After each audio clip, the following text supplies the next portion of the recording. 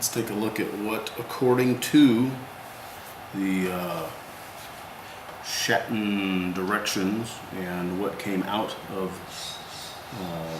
yeah, come get those damn birds, please. This is what we'll be doing.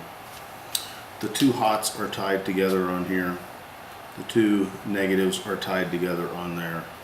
My hot should go to this terminal right there, which is connected to this terminal by this little tiny capacitor. Can you see that? See that? Yeah, me neither. My negative is going to go here, going to ground, and then the hot will jump over here. That will give me tone and volume, which looks backwards until you realize that when we put it in the guitar, it's going to flip. And I've got this double stick tape that will go onto the back of here, and then this becomes the volume, and then this becomes the tone, which is much more what we're used to. We're used to reaching down and having the volume and then the tone right behind it. So that'll be the same way. It'll be volume and it'll be tone. So now we start scrounging in the electromechanical kit and start piecing all this together so we can test it while it's out of the body and make sure the damn thing works, because I'm not really sure how good the pickups are on this. Alright, well, this thing's starting to be fun like a kick in the face. Alright, I have pre-wired the controls with the capacitor and with the leads to the jack, which I'm now going to have to take off. I've just got a piece of double stick tape on these on the splits here so that I can figure out where my wiring goes. Now, the problem is, if you look back here at this lovely thing, is there's a big X brace right in the middle, and so these wires have to go in separate holes. So I have to put these in before I can complete the wiring, which makes me, anyways, the challenge. So the way it was installed, if you remember many moon ago, is they had a couple of pieces of leather, and then the pickups were wood screwed into that leather.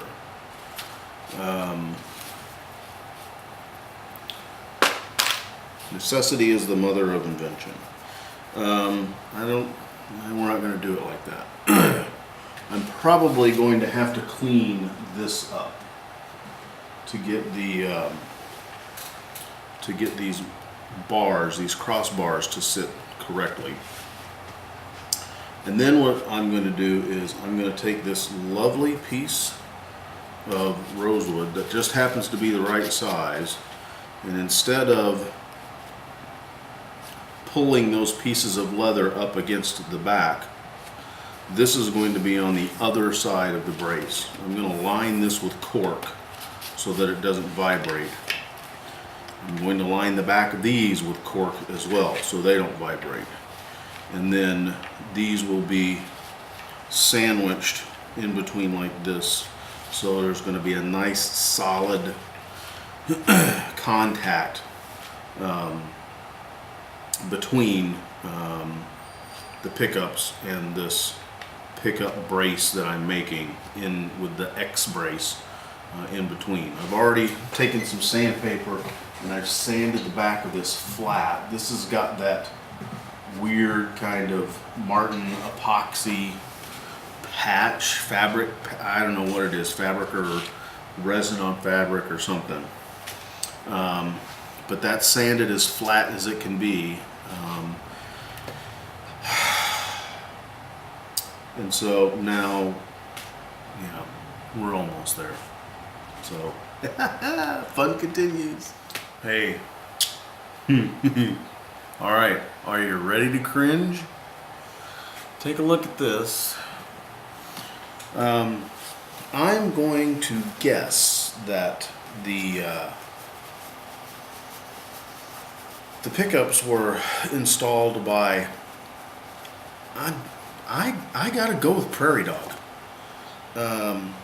Just from the way that this was just kind of hacked out. Yeah, not good. So I've got to fix that. Using as little destructive power as I can, and of course that means one thing. It means the Dremel on a router base. I've got to flatten these two areas out. I've got to flatten this area out. I've got to flatten this area out because it's all just, and it's just a disaster kind of as it is. But so yeah, that's what's going to happen. I'm going to router the cross braces on a Martin Fretless acoustic bass because somebody, or some groundhog, prairie dog, something with large wood chewing teeth, butchered it up. So yeah, say your prayers now.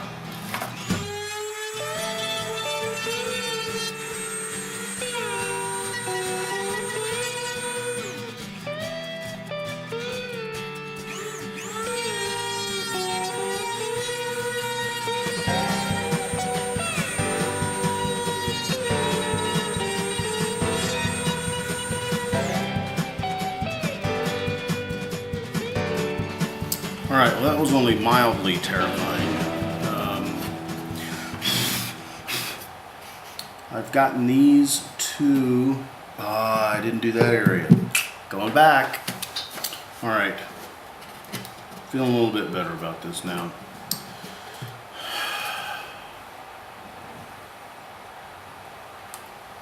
Because these have got to go like this.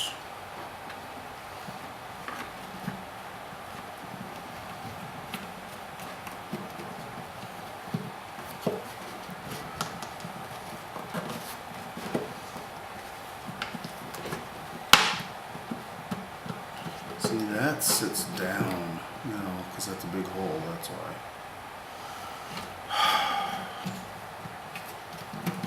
I must reiterate for the 9 millionth time, I did not do this.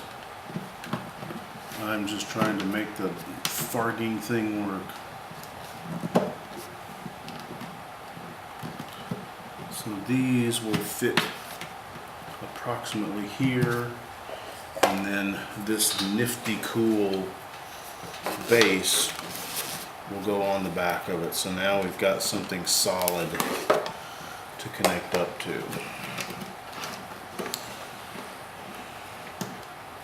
And then we get to try to solder all this crap together. But that's why I'm getting paid the big bucks. Oh yeah. I'm not getting paid. I do this for fun.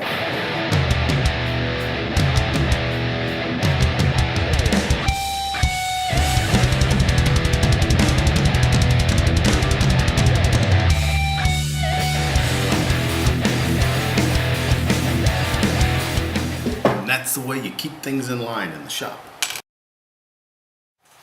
All right, I have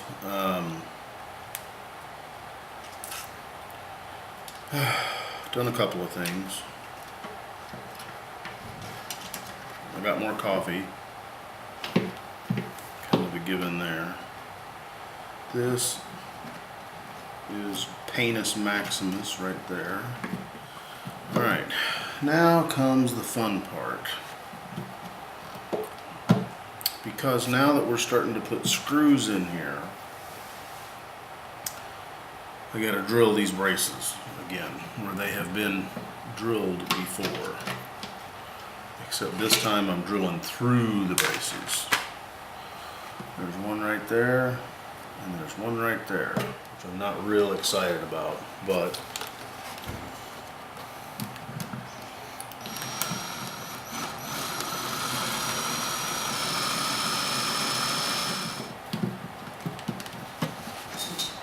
Isn't this fun, kids? No, Mr. O'Rear, it is not. And you would be correct. Right. Welcome back to Drive You Freaking Crazy TV. I now have a screw through my copper foil into the backside of this bridge, which took quite a long time because I had to I had to mark my hole with this, and then I had to drill my hole out with these little hand drills, and then I don't have a short stumpy screwdriver, so I had to rig this up, and now I've got it in there, but because of my big fat arm I couldn't get the wire to come out of this hole in the back. So what I finally came up with was this, and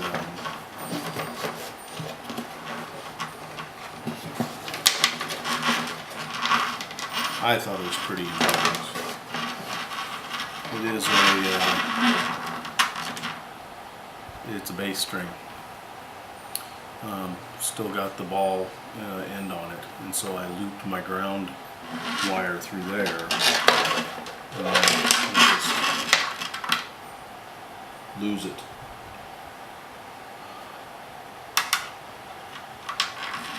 It's been a long day, kids.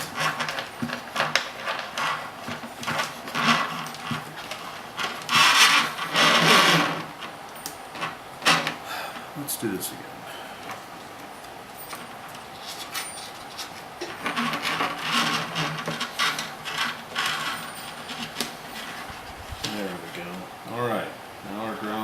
Out that can be connected up to the ground on our jack, and with any luck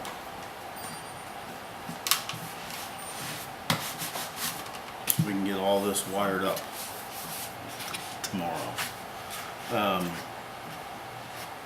These are tilted because you remember these are not supported under these two screws.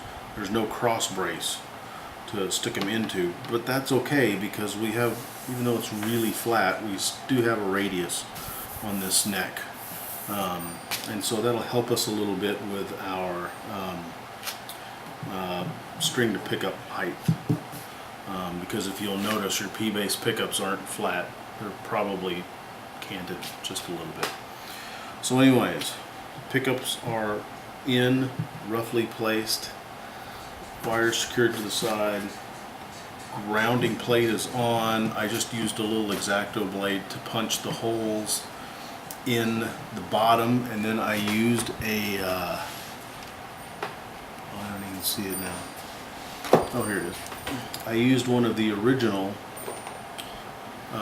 string pins, also known as a golf tee. I used it to push up from the underside to get that foil up inside that, so we'll hopefully have pretty good contact when we get our strings in there. And now it's time for a beverage of some sorts. All right.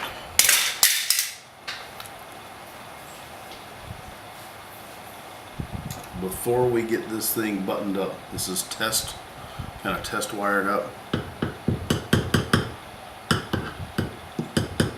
Nice and bassy.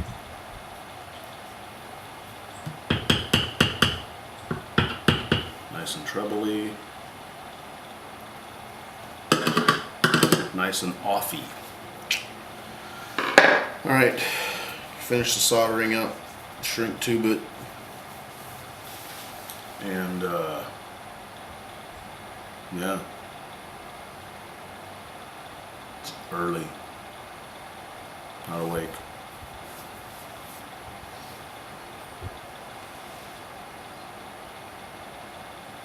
Been a long day already. This is my 4th project so far today.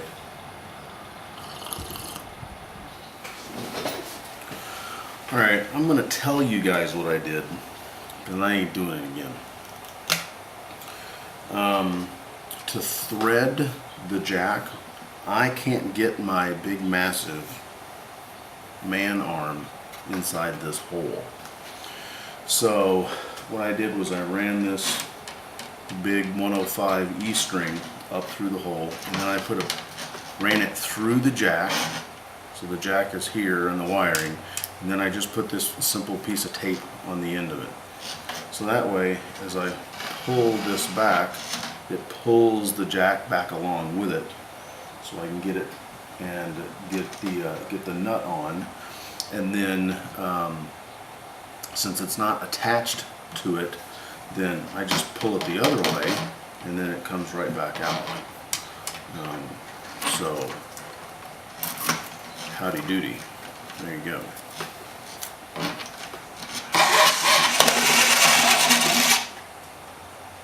And that's why you don't throw stuff away. Alright, I'm going to test it again to make sure that nothing's gone wrong. I've mounted the wheels right here in a nice appropriate spot. And let's see if I can't find something. Let's use this. Give it a little bit of contrast.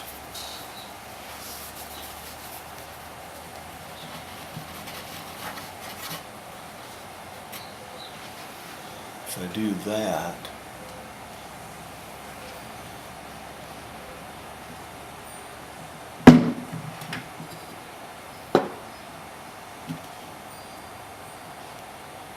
you still can't see it.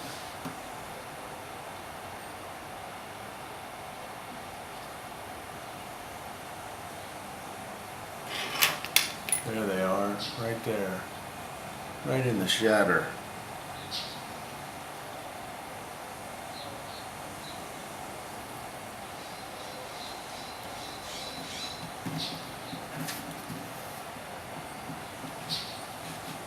That's them right there.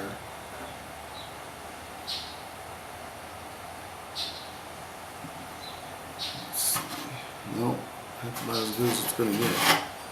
So there you go. Right there. That's where they are. Awful hard to see them unless you're looking for them. Alright, now I'm going to try to tidy this wiring up a bit, so it doesn't bang and rattle around so much. I have a little piece of that tape left that I might use to secure things down. But as usual, that's all going to be in a very boring area where you can't see anything. Let's go back up there again. There's volume. And there's tone.